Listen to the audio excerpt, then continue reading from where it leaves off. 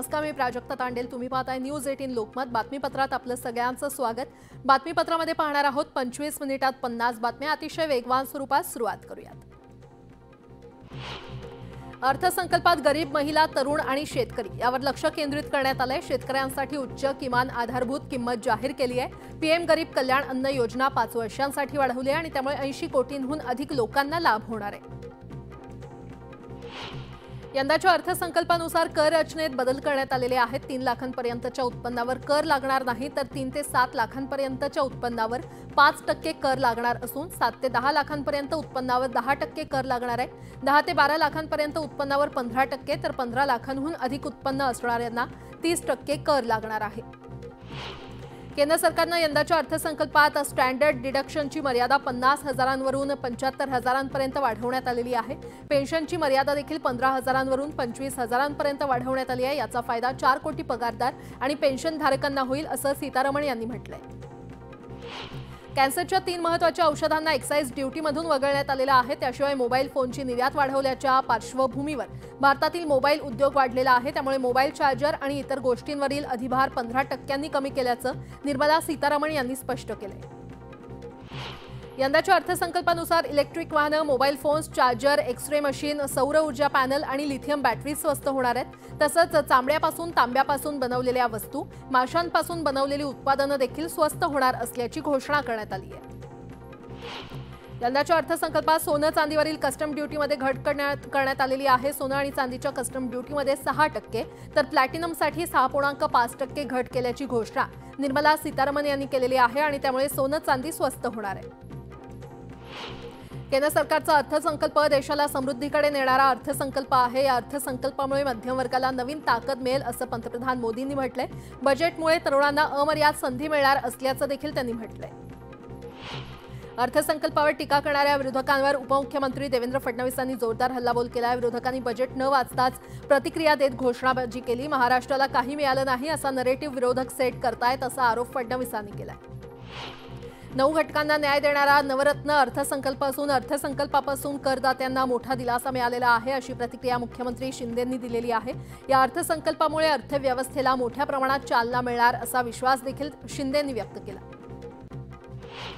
पंतप्रधान मोदींनी नावडता महाराष्ट्र ही योजना सुरू केलेली दिसते, अशी टीका उद्धव ठाकरे यांनी केली आहे. गेल्या 10 वर्षात महाराष्ट्र ओरबाडला, मुंबईची लूट केली, पण प्रत्येक बजेटमध्ये महाराष्ट्राची निराशाच केल्याचं ते म्हटलेत. महाराष्ट्रानं आणखी किती अन्याय सहन करायचा, असा सवाल करत घटनाबाह्य सरकारची किंमत महाराष्ट्राला मोजावी लागत असल्याचा टोला त्यांनी लगावला. देशाच्या बजेटकडून सगळ्या राज्यांना सारखा निधी मिळावा अशी अपेक्षा होती, मात्र फक्त बिहार आणि आंध्र प्रदेशला निधी देण्यात आला, अशी टीका खासदार सुप्रिया सुळे यांनी केलेली आहे. आंध्र प्रदेश, बिहार लाडका, मग फक्त महाराष्ट्र परका का, असा सवालही त्यांनी केलाय. केंद्राचा अर्थसंकल्प म्हणजे विकसित भारताची संकल्पना पूर्णत्वास नेण्याच्या दिशेनं उचललेलं पहिलं पाऊल आहे, असं खासदार अशोक चव्हाण यांनी म्हटलंय. विविध योजनांमुळे यंदाचा अर्थसंकल्प स्वागतार्ह असल्याची प्रतिक्रिया त्यांनी दिली. बजेटमध्ये महाराष्ट्रावर अन्याय का, असा सवाल आदित्य ठाकरेंनी केला. गोवा, गुवाहाटी, सुरत फिरलेल्या गद्दारांनी घटनाबाह्य सरकार बनवणाऱ्या भाजपनं महाराष्ट्रासाठी काय मिळवलं, असा खोचक टोला त्यांनी लगावलाय. मुख्यमंत्री एकनाथ शिंदेंच्या उपस्थितीमध्ये राज्य मंत्रिमंडळाची बैठक पार पडली. या बैठकीमध्ये अनेक मुद्द्यांवर चर्चा करण्यात आली. आशा, स्वयंसेविका, अंगणवाडी सेविका आणि गटप्रवर्तक यांच्यासाठी महत्त्वाचा निर्णय घेण्यात आलेला आहे. आशा स्वयंसेविका ऑन ड्युटी असताना अपघात होऊन मृत्यू झाल्यास 10 लाख रुपयांची मदत राज्य सरकारकडून करण्यात येणार आहे. तसंच ऑन ड्युटी असताना अपघात होऊन कायमस्वरूपी अपंगत्व आल्यास 5 लाख रुपयांची मदत देण्याचा निर्णय घेण्यात आलाय. आमदार नरहरी झिरवळ यांचा मुलगा गोकुळ झिरवळनं शरद पवार पक्षाकडून उमेदवारी मागितल्याचा व्हिडिओ समोर आलाय. नाशिकमधील कार्यकर्ता मेळाव्यामध्ये गोकुळ झिरवळ यांनी प्रदेशाध्यक्षांकडे उमेदवारी मागितली. दिंडोरी पेठ या मतदारसंघासाठी जयंत पाटील यांना गोकुळ झिरवळ यांनी मुलाखत दिली.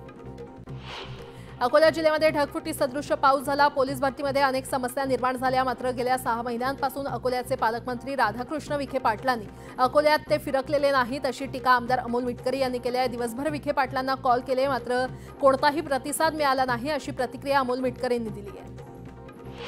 हिंगोली शहरातील राष्ट्रवादी भवनात शरदचंद्र पवार गटाची बैठक पार पडली. येत्या विधानसभा निवडणुकीच्या पार्श्वभूमीवर या बैठकीमध्ये चर्चा करण्यात आली. जिल्ह्यातील वसमत आणि हिंगोली विधानसभा देखील शरदचंद्र पवार गटाला मिळावा, अशी मागणी बैठकीत करण्यात आली. अंतरवाली सराटी ते मराठा आरक्षणासाठी उपोषण करणाऱ्या मनोज जरांगे पाटील यांची प्रकृती ढासळलेली आहे। त्यांची शुगर 62 तर बीपी 98 पर्यंत घसरलाय। त्यामुळे जरांगे बेशुद्ध होण्याची भीती आहे। जरांगे यांना उपचार घेण्याचा सल्ला डॉक्टरांनी दिलाय, मात्र जरांगे यांनी उपचार घेण्यास नकार दिलाय आणि त्यामुळे जरांगेंची प्रकृती आणखी बिघडण्याची शक्यता आहे। वाशिमच्या मालेगाव तालुक्यातील सुकांड्या गावातील 100हून अधिक शेतकऱ्यांचा पीएम किसान सन्मान निधी योजनेचा मागील 2 वर्षांपासून हप्ता बंद झालाय। महसूल विभागाच्या चुकीमुळे हे नुकसान झालं असून लवकरात लवकर मागणी पूर्ण न केल्यास आमरण उपोषणाचा इशारा देण्यात आलाय। हिंगोलीच्या औंढा नागनाथ तालुक्यातील गलांडी गावामध्ये प्लास्टिक सदृश्य तांदूळ आढळून आलेत। गावातील एका नागरिकानं रेशन धान्य दुकानातून हे तांदूळ आणले होते। प्लास्टिक सदृश्य तांदूळ आढळल्यानं नागरिकांमध्ये खळबळ उडाली असून भेसळीच्या चौकशीची मागणी होती। अहमदनगरमध्ये पोलिसांच्या अनागोंदी कारभाराचा आरोप करत खासदार निलेश लंकेंनी उपोषण सुरू केले। शहरातील अवैध धंद्यांना पोलिसांकडून मिळणारं संरक्षण आणि सामान्यांची होणारी लूट थांबवावी अशी मागणी त्यांनी केली आहे। लंके यांच्या आरोपांची चौकशी करण्याचे आदेश पोलीस अधीक्षक राजेश ओला यांनी दिले। नीट यूजी परीक्षा पुन्हा होण्याची शक्यता कमी असल्याचं विधान सुप्रीम कोर्टानं सुनावणी दरम्यान केलेलं आहे। पेपर लीकच्या ठोस पुराव्याशिवाय फेरपरीक्षेचा निर्णय देऊ शकत नाही असं मत कोर्टानं नोंदवलंय। मुंबईत सगळ्या भाज्यांच्या किमती वाढलेल्या आहेत। टोमॅटो 100 पार गेले आहेत। अशातच दादरमध्ये कचऱ्यातून वेचून आणलेले टोमॅटो विकण्यात येत आहेत। लोकांच्या जीवाशी खेळ सुरू असल्याचं यातून पाहायला मिळतंय।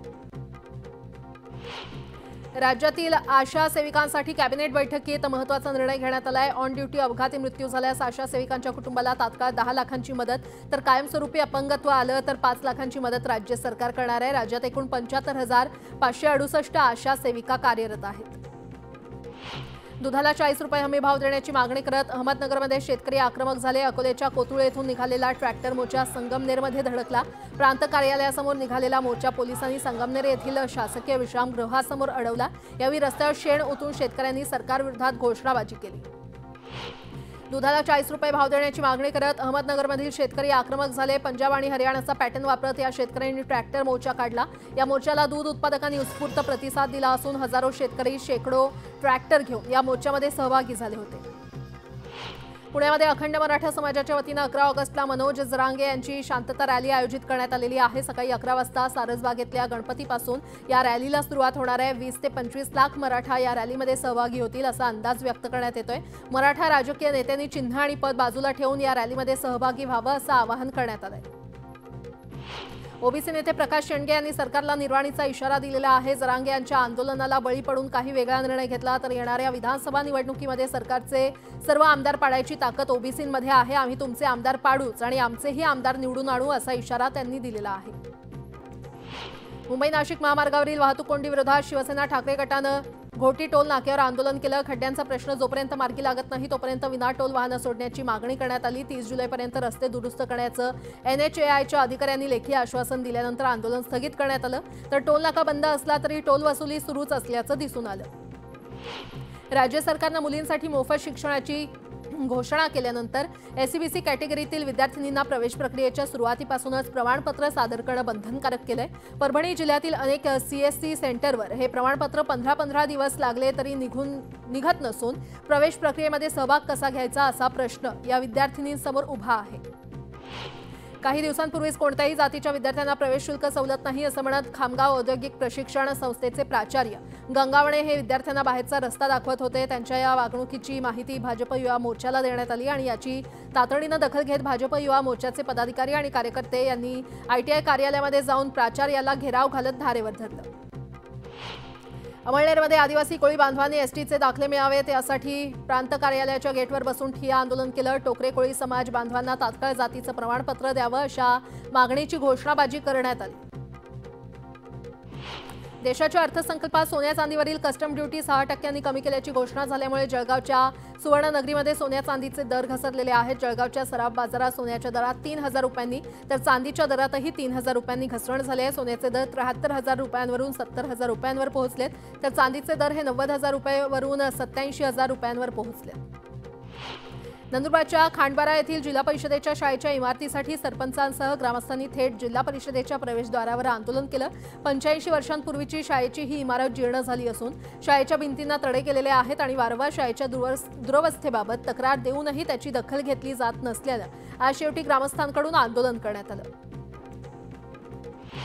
हिंगोलीच्या कळमनुरी तालुक्यातील मोरवाडीमध्ये जलजीवन मिशन अंतर्गत पाणीपुरवठा योजनेचं काम झालंय, मात्र विहीर पाईपलाईनसह जलकुंभाचं बांधकाम निकृष्ट दर्जाचं आणि बोगस झाल्याचं तक्रार मोरवाडीच्या ग्रामस्थांनी केली। या कामातील भ्रष्टाचाराची चौकशी करावी अशी यासाठी उपोषण करण्यात आलं।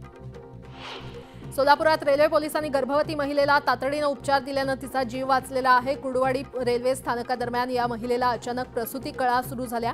सोलापूर रेल्वे स्थानक येताच तिच्यासाठी डॉक्टर आणि रेल्वे पोलिसांचा ताफा तयार होता। रेल्वे स्थानकावर प्राथमिक उपचार करून तिला रुग्णालयामध्ये दाखल करण्यात आलं। जालन्याच्या भोकरदनमध्ये एका सामाजिक कार्यकर्त्यानं बैलगाडीत बसून आमरण उपोषण सुरू केलेलं आहे। जिल्हा परिषद शाळेतील शिक्षकांच्या रिक्त जागा त्वरित भराव्यात, शाळेच्या धोकादायक इमारती दुरुस्त कराव्यात अशा मागण्या नारायण लोखंडे यांनी केलेल्या आहेत। आजचा उपोषणाचा दुसरा दिवस असून पावसातच त्यांचं उपोषण सुरू होतं। नांदेड शहरातील अनेक रस्ते खड्डेमय झालेले आहेत। शहरातील वरदईच्या मार्गावर खड्डे पडल्यात। थोडा जरी पाऊस झाला तरी रस्त्यावर चिखलाचं साम्राज्य निर्माण होत असल्यानं नागरिकांना त्याच मार्गावरून प्रवास करावा लागतोय। पालिका आणि बांधकाम विभागाकडे मागणी करूनही खड्डे बुजवले जात नाहीत असा आरोप होतोय। चर्मकार महामंडळाचे अध्यक्ष धम्मज्योती गजभिये हटावचा नारा देत बीडमध्ये चर्मकार समाज आक्रमक झाला। जिल्हाधिकारी कार्यालयासमोर राष्ट्रीय चर्मकार महासंघाच्या वतीनं आमरण उपोषण सुरू करण्यात आले। कल्याणमधील शहाड उड्डाण पुलावर सध्या ठिकठिकाणी खड्डे पडलेले आहेत। दरम्यान खड्डे पडल्यानं वाहतुकीचा वेग मंदावलाय। तात्पुरत्या स्वरूपात खडी टाकून खड्डे बुजवले जातात, मात्र मुसळधार पाऊस येताच पुन्हा उड्डाण पुलावर खड्डे पडतात आणि त्यामुळे आता या उड्डाण पुलावरील खड्डे बुजवण्यासाठी प्रशासन तत्परता दाखवेल का हे पाहणं महत्त्वाचं आहे। भुसावळ शहरातील बाजारपेठेमध्ये कटुरले रानभाजीची आवक वाढली असून गेल्या वर्षीच्या तुलनेमध्ये 15 दिवस अगोदर कटुरले भाजी बाजारात दाखल झाली आहे। सद्यस्थितीमध्ये कटुरलेचे भाव 300 ते 350 रुपये किलो असून पुढील काळात आवक वाढल्यास भाव कमी होण्याची शक्यता आहे। चंद्रपुरात पुन्हा एकदा मुसळधार पावसानं हजेरी लावली। जिल्ह्यामध्ये आतापर्यंत वार्षिक पर्जन्य सरासरीच्या 58% पाऊस झालाय। गेले 5 दिवस झालेल्या पावसानं जिल्ह्यात शेत पिकाचं नुकसान झालं असून पंचनामे सुरू आहेत। अमरावती जिल्ह्यामध्ये मुसळधार पावसाची संततधार सुरू आहे। सतत कोसळणाऱ्या पावसामुळे 1300 हेक्टरवर पिकं बाधित झालेली आहेत, तर 430 हेक्टरवरील शेती जमीन खरडून गेल्यानं शेतकऱ्यांच्या चिंतेत वाढ झाली आहे, तर ठिकठिकाणी पाणी साचल्यानं जनजीवन विस्कळीत झालंय। पालघरच्या डहाणूसह परिसराला मुसळधार पावसानं झोडपलं। डहाणूच्या पूर्व भागातील वीज पुरवठा 48 तासांपासून खंडित आहे। चारोटी, कासा, उर्से परिसरात बत्ती गुल झाले आणि अनेक ठिकाणी वीज वाहिन्या तुटून पडल्यानं वीज पुरवठा खंडित झालाय। रत्नागिरी आणि सिंधुदुर्ग जिल्ह्याला बुधवार आणि गुरुवारी ऑरेंज अलर्ट जारी करण्यात आलेला आहे। दोन्ही जिल्ह्यामध्ये मुसळधार तसंच अतिमुसळधार पावसाची शक्यता आहे, त्यामुळे जिल्ह्यातील नदीकाठच्या गावांना सतर्कतेच्या सूचना देण्यात आल्या। रत्नागिरी आणि सातारा जिल्ह्याला जोडणाऱ्या खेडमधील रघुवीर घाटामध्ये रस्ता खचून रस्त्याला मोठं भगदाड पडलेला आहे। रस्त्याचा एक भाग खोल दरीत कोसळलाय, त्यामुळे सातारा जिल्ह्यातील घाटाच्या पलीकडील तब्बल 40 गावांचा संपर्क तुटण्याची भीती आहे। सुरक्षिततेच्या दृष्टिकोनातून हा घाट बंद करावा अशी मागणी खोपी गावातील ग्रामस्थांनी केली आहे। शहापूर तालुक्यातील धरण क्षेत्रामध्ये जोरदार पावसानं हजेरी लावलेली आहे। त्यानंतर मुंबईला पाणी पुरवठा करणारं तानसा धरण हे 97% तुडुंब भरलंय, त्यामुळे धरण ओव्हरफ्लो होण्यासाठी फक्त 2 फुटांची पाणी पातळी शिल्लक राहिली आहे। पावसाचा जोर कायम राहिल्यास धरण ओव्हरफ्लो होणार आहे।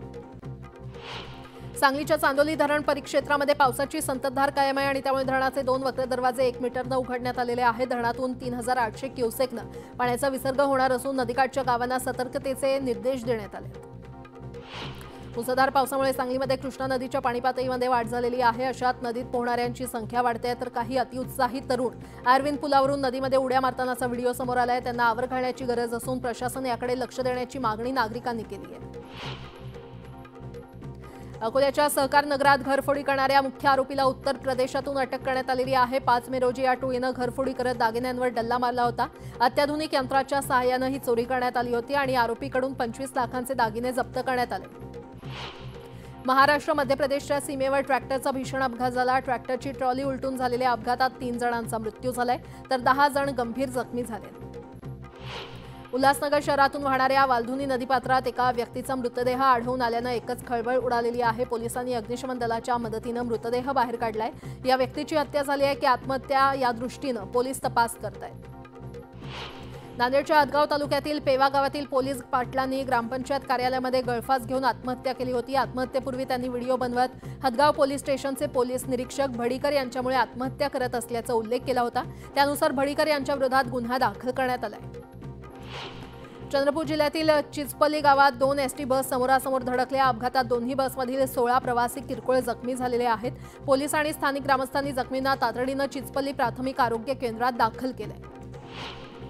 बदलापुरातील वडवलीमधल्या शिव मंदिराच्या गाभाऱ्यातील दानपेटी चोरट्यानं लंपास केली आहे. चोरीची संपूर्ण घटना सीसीटीव्हीत कैद झाली आहे. या प्रकरणी बदलापूर पोलीस ठाण्यात गुन्हा दाखल करण्यात आला असून सीसीटीव्हीच्या मदतीनं पोलीस चोरट्याचा शोध घेत आहेत. नालासोपाऱ्याच्या नाळा गावातील तलावात बुडून एका तरुणाचा मृत्यू झाल्याची घटना घडली आहे. कौशिक राऊत असं या तरुणाचं नाव आहे. तलावाच्या काठावर बसलेला असताना तोल जाऊन तो पाण्यात पडला. ग्रामस्थांनी तरुणाला त्वरित बाहेर काढलं, मात्र नाकातोंडात पाणी गेल्यानं या तरुणाचा मृत्यू झाला.